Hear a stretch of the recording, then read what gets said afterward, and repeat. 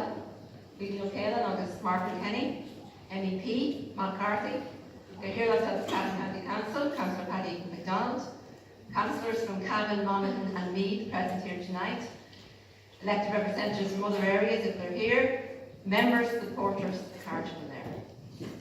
And I say I am deeply honoured and so proud to stand here tonight as one of your elected candidates to contest the next general election in the Cavan, Monaghan, North Meath constituency. It's a privilege to represent Sinn Féin, and I would pledge to you now that I will not let you down. And I will do my utmost to be elected alongside Matt Carthy, who is perfectly for it all. And just to say, Matt and I were elected onto local government on the same date back in 1999, and we hopefully, we will be elected to the 33rd Dáil on the same date this time around, whatever that might be. Before I go any further, I would like to thank a number of people. First of all, Charlie Boylan, who proposed me. I wish to thank you for your very eloquent and very kind words and all your support indeed for all of the council. I dealt with housing issues and road infrastructure, environmental issues, issues relating to health and education and many more. With elected to Dáil Éireann, the work involved will be of a similar nature, albeit on a larger scale. But I've already proven that I can do the work, and hard work does not frighten me, and I anticipate that the work is well within my capabilities. As a woman, issues affecting women are always going to be forthright in my mind.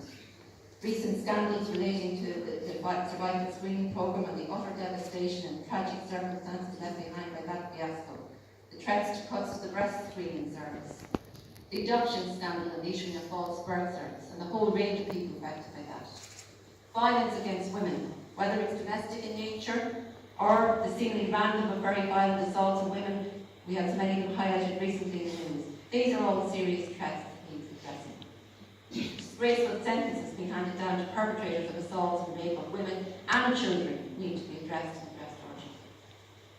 Is this a society we want for the generations coming behind us? More women need to be elected so that issues like these can be kept to the forefront and get a message through to society that this is not acceptable. I've spent over 20 years teaching, so I'm experienced in many aspects of education at that time, and I'm well aware of the deficiencies in the educational sector and some of what's needed to improve it. I've been a year head in my school, Berkeley College, for some time, which means I'm responsible for overseeing not just the academic progression of the students, but the well-being of students, and trying to ensure that they mature into stable young contributors to society. And it is amazing that some people make it to school at all, coming from what are sometimes traumatic and often tragic circumstances. For some, school is a sanctuary from their own lives. We're living in an age where mental health issues among our young people is something that needs urgent attention. Young people's relationships with the internet need to be stabilised, and measures taken to protect them from unsuitable sites and cyberbullying, which is rife. As a mother to two young boys, I'm extremely aware of these issues, and I am often afraid for them and what they might have to face in the future. Again, action is needed. I have a keen interest in environmental issues. We're destroying the earth, and I think the Native American quote, "We do not inherit the earth from our ancestors, we borrow it from our children," is very true. I sometimes shudder to think what sort of planet we are leaving for our children. Obviously, coming from a rural background, we brought up on a farm, and still living in the heart of rural Ireland, the issues that affect me and my neighbours are going to be extremely important. So there is a need to balance development between urban and rural areas.